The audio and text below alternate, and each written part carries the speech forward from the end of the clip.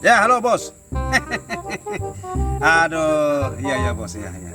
Tadi bos ada telepon tuh saya tidak angkat karena saya ada lagi menyimpan barang itu. Kita kasih masuk di bagasi, Pak. Iya Pak. Oke Pak. Jadi barang sudah ada. Jadi saya minta mudah-mudahan minggu depan saya harus berangkat, begitu Pak. Dan satu lagi saya minta tiket 2. Satu buat buaya, satu buat saya Pak. Masa saya berangkat sendiri kan tidak mungkin begitu Pak. Iya Pak. Dan saya maunya tiket pesawat Garuda. Iya Pak. Oke. Saya tunggu ya. Minggu depan saya dapat tiket online. Iya. Oke Pak. Oke baik. Terima kasih Pak. Bisnis.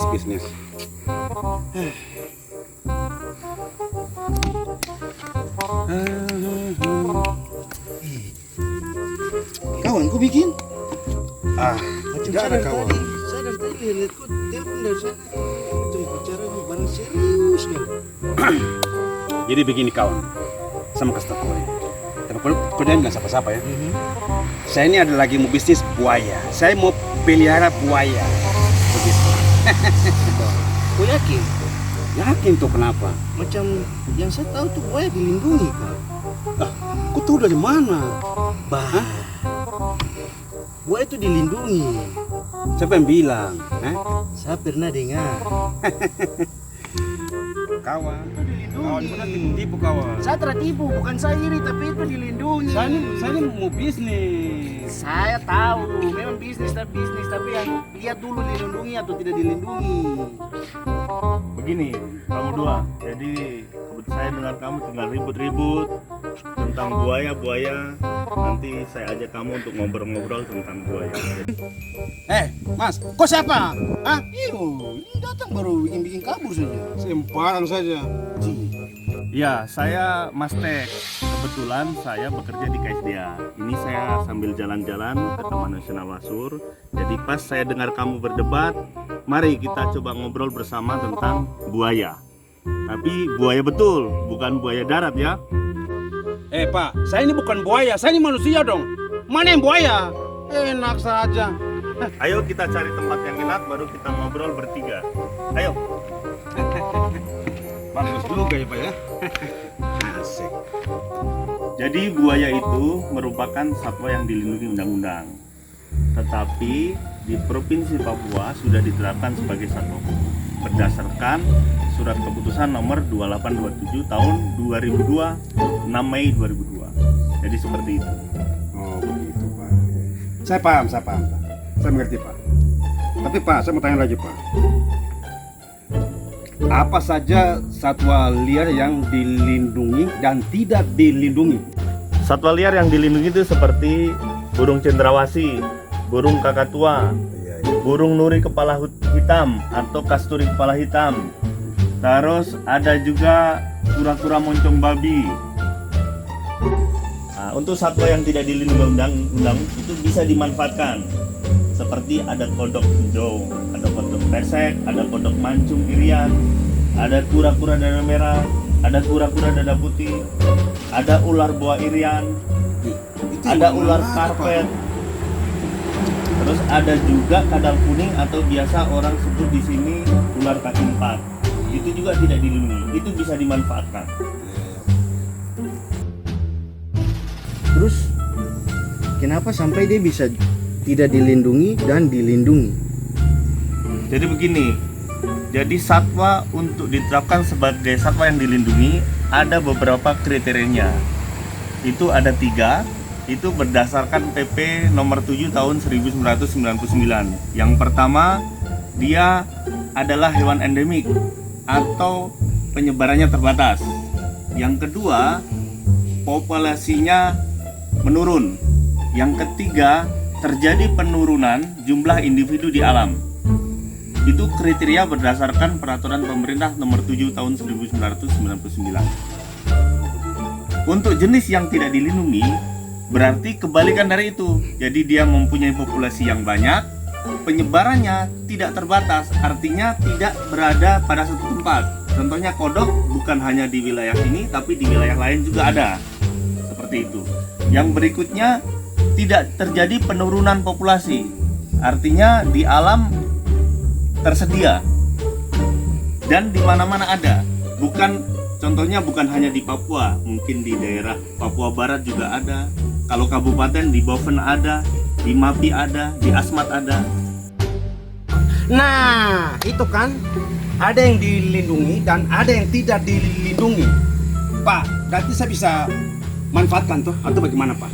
Iya, untuk satwa yang tidak dilindungi undang-undang bisa dimanfaatkan. Seperti apa, Pak? Nah, contohnya untuk beberapa satwa, misalnya kodok atau kura-kura dada putih atau kura-kura dada merah, itu tidak dilindungi, berarti bisa dimanfaatkan. Ah, contoh seperti mungkin buaya, seperti saya, Pak. Maksud saya buaya, Pak. Nah, kalau buaya tadi saya sudah jelaskan, Oh, buaya iya, itu Pak. dilindungi undang-undang, Oh, tetapi begitu, Pak. bisa dimanfaatkan juga karena sudah ditetapkan di Papua sebagai satwa buru tadi.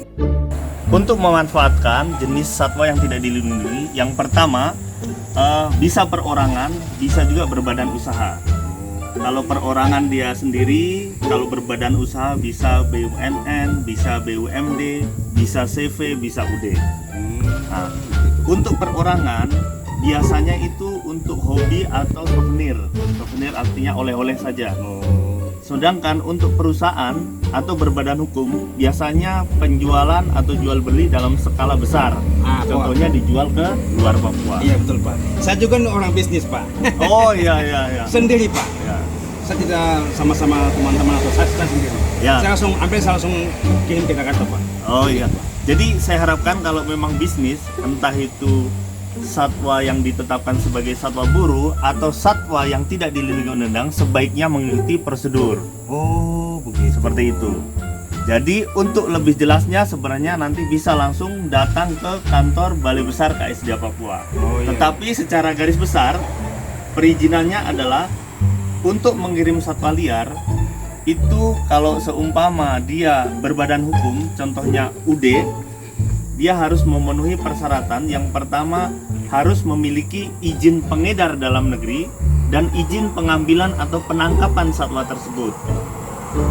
Untuk pengurusan izin edar dalam negeri itu dikeluarkan oleh Badan Koordinasi Penanaman Modal Republik Indonesia di Jakarta.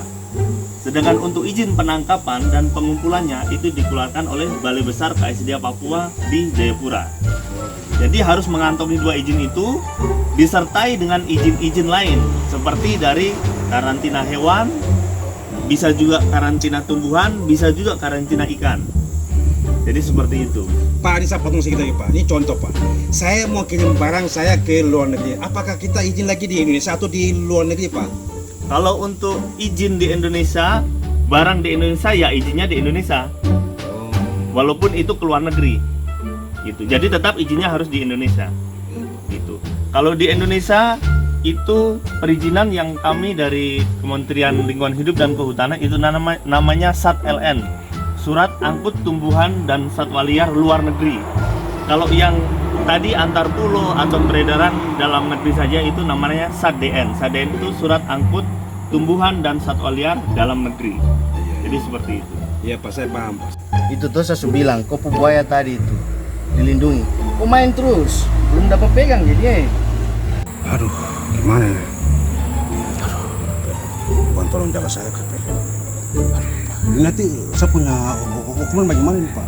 Jadi untuk melakukan pelanggaran itu dikenakan denda maksimal 100 juta dengan hukuman pidana atau penjara 5 tahun. Gimana saya punya seperti? Nah itu makanya saya sarankan untuk membawa atau mengirim atau melakukan jual beli satwa liar sebaiknya mengurus izin terlebih dahulu. Iya, Pak, tapi tolong saya, Pak, ini saya belum bagaimana nih, Pak, tolong saya. Nah nanti bisa dibantu untuk perizinannya, langsung saja datang ke kantor Balai Besar KSDA Papua. Seperti itu. Oh ya, Pak, sekali lagi terima kasih banyak sudah kasih kami itu motivasi dan ya pengetahuan tentang undang-undang alam lah. Terima kasih lagi, Pak. Sama-sama, Pak. Jadi begitu ya, nanti kalau ada yang kurang pas atau kurang jelas nanti datang aja ke kantor. Oh, oke, baik, Pak. Oh ya, Pak, terima kasih banyak ya, Pak ya. Oh iya. Oke, Pak. Ayo, Pak, sama-sama, Pak. Iya, yang Pak. Main terus, kali kok juga buaya. Halo pace-mace, namuk name, adik kakak yang ada di Kota Maloka semua. Dengan saya Nata Beko sama pesan terakhir buat kalian semua. Satwa liar yang ada di alam semua jangan sampai punah atau habis. Karena itu masih ada anak-anak cucu yang akan nikmati mereka. Yang melihat, memelihara, jadi jangan sampai kasih habis ya. Biarlah mereka hidup di alam mereka ya. Itu saja dari saya Nata Beko. Jangan ke bawah, jangan ke bawah. Ke atas itu. Pele, ini bagaimana ini?